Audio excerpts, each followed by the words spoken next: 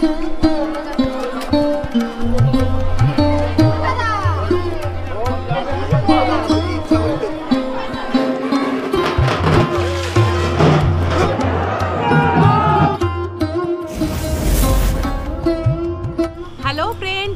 ব্রতী চলে এসেছি তোমাদের জন্য আবার নতুন একটা ভিডিও নিয়ে।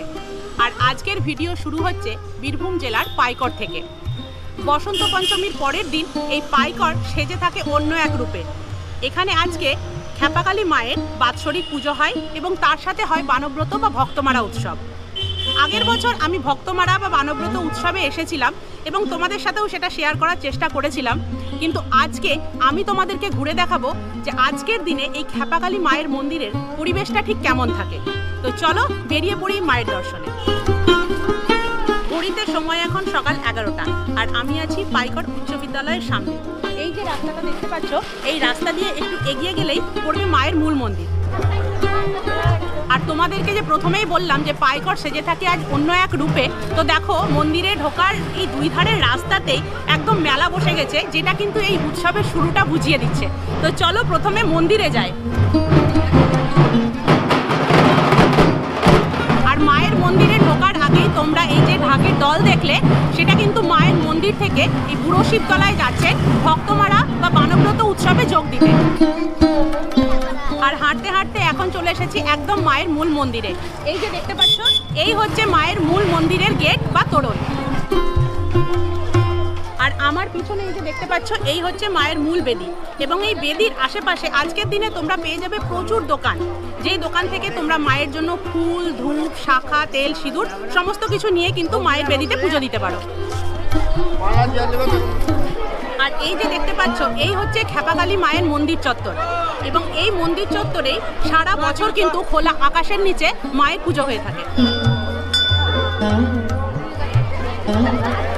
আর আজকে এখানে মায়ের ভক্তদের দেখো, বেলা বাড়ার সাথে সাথে এখানে হবে উপচে পড়া ভিড়।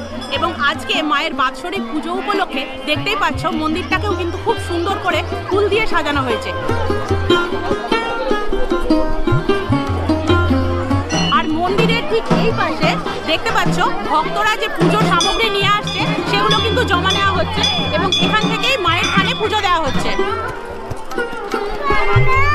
তো উঠে এসেছি একদম মায়ের মূল বেদিতে। এই যে দেখতে পাচ্ছ, এই হচ্ছে মায়ের শিলামূর্তি। তোমরা সারা বছর যদি এখানে পুজো দিতে আসো তাহলে খুব কাছ থেকে মায়ের শিলামূর্তি দর্শন করতে পারবে এবং পুজো দিতে পারবে।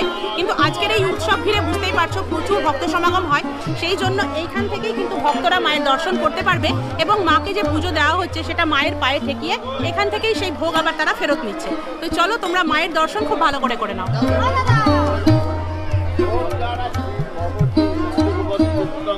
এই মন্দিরে আজকে সকাল থেকেই ভক্ত সমাগম শুরু হয় এবং ভক্তরা এসে মায়ের এখানে পুজো দিতে থাকে। দুপুরের পর 2-3টে নাগাদ এখানে যারা ভক্ত তারা এসে কিন্তু মায়ের এখানে জল ঢালেন। সারা বছর শনি মঙ্গলবার তো মায়ের এখানে ধুমধাম করেই পুজো হয় এবং তখন কিন্তু এখানে বলিও হয়। কিন্তু আজকের দিনে এখানে কোনো রকমের বলি হয় না, বিশেষ করে সারা দিন। যদি কোনো ভক্ত বিশেষ বলি নিয়ে আসেন তাহলে কিন্তু সেটা রাত্রের পরে বলিদান হয়। এবার তোমাদের এই খ্যাপাকালী মায়ের মন্দির এবং ইতিহাস সম্পর্কে একটু বলি। এই মন্দির ঠিক কত সালে প্রতিষ্ঠা করা হয়েছিল নির্দিষ্ট করে বলা যায় না, বহু শতাব্দী প্রাচীন এই মন্দির। এবং অনুমান করা হয় পাল এবং সেন যুগে কিন্তু হয়তো এই মন্দির প্রতিষ্ঠা করা হয়েছিল। এবং বহু যুগ আগে ঠিক সেই সময়ে 3জন সাধক তারা সাধনা করছিলেন এবং তখন দৈববাণী হয়েছিল যে তারা হাতের কাছে যে সমস্ত জিনিস পাবেন সেগুলোই তারা প্রতিষ্ঠা করে যেন পুজো অর্চনা করেন। সেই 3জন সাধকের মধ্যে ছিলেন ব্রাহ্মণ, বৈদ্য এবং কায়স্থ। সেই দৈববাণী শোনার পরে ব্রাহ্মণ তিনি পান ঘট, বৈদ্য তিনি পান অসি এবং কায়স্থ তিনি পান সোনার গোপাল। পরবর্তীকালে তারা সেই সমস্ত জিনিসগুলোই প্রতিষ্ঠা করেন। ব্রাহ্মণ ঘট প্রতিষ্ঠা করেছেন কালুবালু নামক একটি স্থানে, সেখানে মন্দির রয়েছে।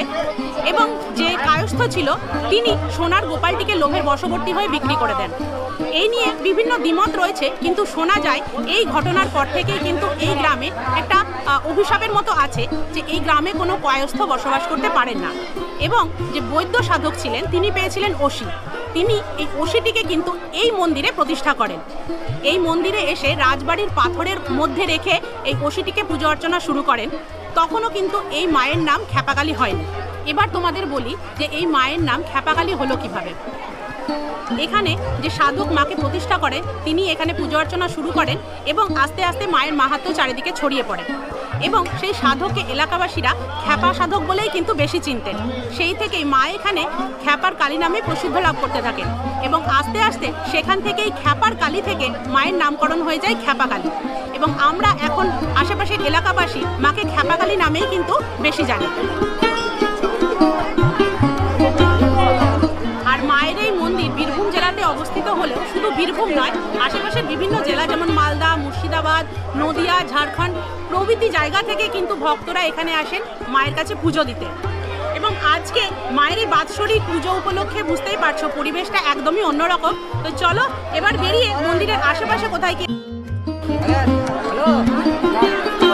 তো চলে এলাম আবার নিচে, আর ঠিক নিচে এই যে দেখতে পাচ্ছ মূল বেদির ঠিক এই পাশেই কিন্তু এখানে ধূপ বা প্রদীপ দেওয়ার জন্য এখানে এই জায়গাটা করা হয়েছে। এখানে বসে একজন পুরোহিত মশাই তেল সিঁদুর সমস্ত কিছু দিচ্ছেন এবং এই যে জায়গাটা তোমাদেরকে দেখায় এই জায়গাতেই কিন্তু বলি হয়। এখানেই রয়েছে বলির হাঁড়ি কাঠ।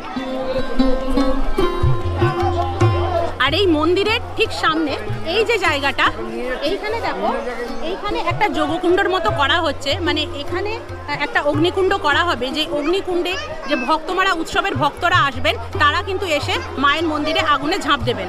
তো দেখতেই পাচ্ছ এখানে সেটা রেডি করা হয়েছে এবং ঠিক তার দূরেই রয়েছে কিন্তু পাগলা নদী। যে পাগলা নদীতে আজকে যে বানব্রত উৎসবের মূল আকর্ষণ গদাধর খোঁজার, সেই গদাধর কিন্তু লুকিয়ে থাকে সেই পাগলা নদীতেই। তো দেখতেই পেলে মন্দিরের আশেপাশে আজকের পরিবেশ ঠিক কেমন এবং মায়ের পুজো এখানে খোলা আকাশের নিচেই হচ্ছে সেটাও দেখতে পাচ্ছ। এবার তোমাদেরকে বলি যে এখানে মায়ের পুজো এরকম খোলা আকাশের নিচে কেন হয়।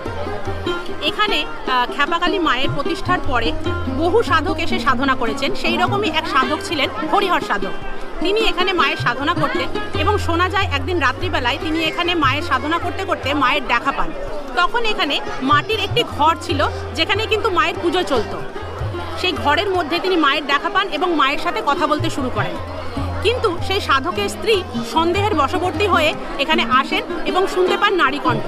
তিনি চিৎকার চেঁচামেচি করে গ্রামের লোকজন জড়ো করেন এবং সেখান থেকে বলেন যে নারী কণ্ঠ আসছে, মানে ভেতরে কোনো নারী রয়েছে। কিন্তু পরবর্তীতে গ্রামবাসীরা দরজা খুলে কোনো নারী দেখা পাননি এবং তখন থেকেই বোঝা যায় মায়ের মাহাত্ম্য। তারপর আস্তে আস্তে মা এখানে স্বপ্নাদেশ দেন যে মায়ের কোনো ঘরের মধ্যে পুজো করা হবে না, মাকে এইরকম খোলা আকাশের নিচে বেদিতেই কিন্তু পুজো করা হবে এবং তখন থেকে মায়ের এইরকমভাবে খোলা আকাশের নিচেই মায়ের পুজো হয়ে থাকে। তো এখন বাজে দুপুর 12:30 আর তোমাদেরকে এই খ্যাপাকালী তলায় ঠিক কেমনভাবে আজকে পুজো হচ্ছে পুরোটাই ঘুরে দেখাচ্ছি। আর এখন চলো যাই এই গ্রামেরই বুড়ো শিবতলায়, সেখানে যে বানব্রত উৎসব হয় সেটাই কি হচ্ছে সেটা একটু দেখে আসি। বসন্ত পঞ্চমীর পরের দিন মানে শীতল ষষ্ঠীর দিন এই পাইকর গ্রামে শুরু হয় ভক্তমারা উৎসব বা বানব্রত উৎসব। এই দিন এই পাইকর গ্রামে শুধুমাত্র খ্যাপাকালী মায়ের পুজো নয়, চলে শিব, ষষ্ঠী এবং আরও 33 কোটি দেবদেবীর আরাধনা। এখন আমি চলে এসেছি সেই বানব্রত উৎসব দেখব বলেই বুড়ো শিবের মন্দিরে। আর পাইকরের এই বুড়ো শিবের মন্দিরে ঢোকার মুখে তোমরা দেখতে পাবে এই বিশাল আকার নন্দী মহারাজ। এই নন্দী মহারাজ কিন্তু আগে ছিল পাতালে, পাতাল থেকেই তুলে কিন্তু এখানে নন্দী মহারাজকে প্রতিষ্ঠা করা হয়েছে। আর এই যে পিছনে দেখতে পাচ্ছ এই হচ্ছে বুড়ো শিবের মন্দির। এই মন্দিরে বুড়ো শিব ছাড়াও কিন্তু আরও বিভিন্ন দেবদেবীর শিলামূর্তির পুজো করা হয়।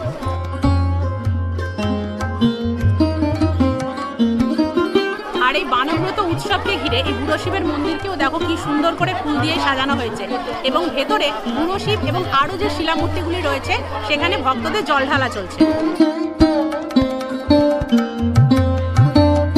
আজকের দিনে এই পাইকর গ্রামের বুড়ো শিবের মন্দিরে এই ভক্তরা ছাড়াও কিন্তু থাকে বিশেষ 100 জন ভক্ত, যাদেরকে নিয়েই কিন্তু এই বানব্রত উৎসব বা ভক্তমারা উৎসবের শুরুটা হয়। এবং সেই ভক্তদের মধ্যে দুজন থাকে বিশেষ ভক্ত, একজন হচ্ছে দিয়া সিং এবং একজন বালা ভক্ত, যারা এই পুরো উৎসবটাকে পরিচালনা করেন। তো এখন সেই সমস্ত ভক্তরা গিয়েছেন পাগলা নদীতে স্নান করতে। এইভাবে 3টি ধাপে স্নান করে এবং এই মন্দিরে বিভিন্ন পর্যায়ে উৎসব এগিয়ে যেতে থাকে। তো তোমরা যদি এই বানব্রত উৎসবের ডিটেলস ভিডিও চাও তাহলে তোমরা একটু চেক করে নিও, আমি আগে এই বানব্রত উৎসবের ভিডিও বানিয়েছি। তো এখন সমস্ত ভক্তরা স্নান করে এই মন্দিরে আসবেন এবং এই মন্দিরে এসে পরবর্তী যে উৎসব বা পুজোগুলো আছে সেটা চলতে থাকবে।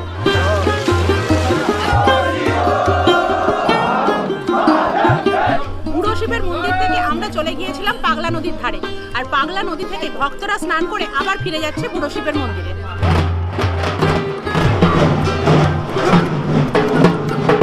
দেখতেই পাচ্ছ ভক্তরা আবার ফিরে এসেছেন এই বুড়ো শিবের মন্দিরে, এবং এই বুড়ো শিবের মন্দিরে বিভিন্ন রীতিনীতি পালন করা হচ্ছে, এবং এইভাবে পরপর 3 বার ভক্তরা পাগলা নদীতে স্নান করতে যাবেন, এবং শেষবার স্নানের সময় ভক্তরা সেই পাগলা নদী থেকে গদাধরকে খুঁজে আনবেন।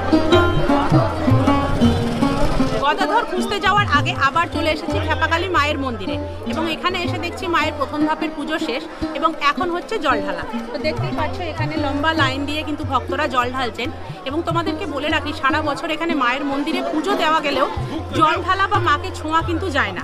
বছরের এই নির্দিষ্ট একটি দিনে ভক্তরা মাকে ছুঁতে পারেন এবং মাথায় জল ঢালতে পারেন। আর একটা জিনিস এখানে এসে লক্ষ্য করলাম যে এখানে পুজোর বিশেষ দ্রব্য হচ্ছে আতপ চাল এবং তুলসী মঞ্জরি। আমরা বিভিন্ন জায়গায় দেখেছি শিব এবং মা কালীকে পুজো দেওয়া হয় বেলপাতা দিয়ে, কিন্তু এখানে কিন্তু সেই রীতিকে ভেঙে আতপ চাল এবং তুলসী মঞ্জরি দিয়ে শিব এবং মা কালীর পুজো হচ্ছে। তো আর কিছুটা গেলেই পাগলা নদী, এবং দেখতেই পাচ্ছ কত মানুষজন এখন পাগলা নদীর দিকে ভিড় করছে। আমরাও এখন যাব পাগলা নদীতে এই বানব্রত উৎসবের যেটা মূল আকর্ষণ গদাধর খুঁজতে।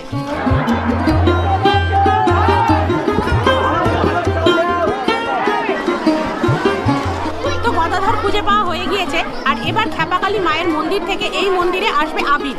সেই আবির মেখে দিয়া সিং মালা এবং টোপর করে তৈরি হবেন আবার ক্ষেপাকালী মায়ের মন্দিরে যাবার জন্য। তখন সমস্ত ভক্তরাই তার সাথে যাবেন, কিন্তু দিয়া সিং যাবেন খাঁড়ার ওপরে চড়ে।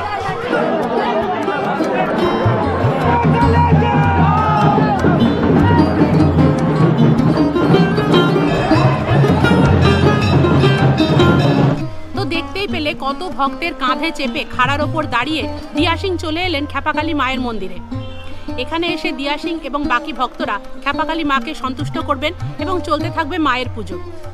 তো আজকে বানব্রত বা ভক্তমারা উৎসবের দিনে কেমন থাকে এই ক্ষেপাকালী মায়ের মন্দিরের পরিবেশ এবং কেমনভাবে হয় মায়ের পুজো, পুরোটাই তোমাদেরকে ঘুরে দেখাবার চেষ্টা করলাম। তোমাদের যদি ভালো লেগে থাকে তাহলে অবশ্যই লাইক করো এবং কমেন্টে জানিও কে কোথা থেকে দেখছো। আর যদি ভিডিওটা ভালো লাগে তাহলে যেটা করতে হবে প্রচুর পরিমাণে শেয়ার করতে হবে।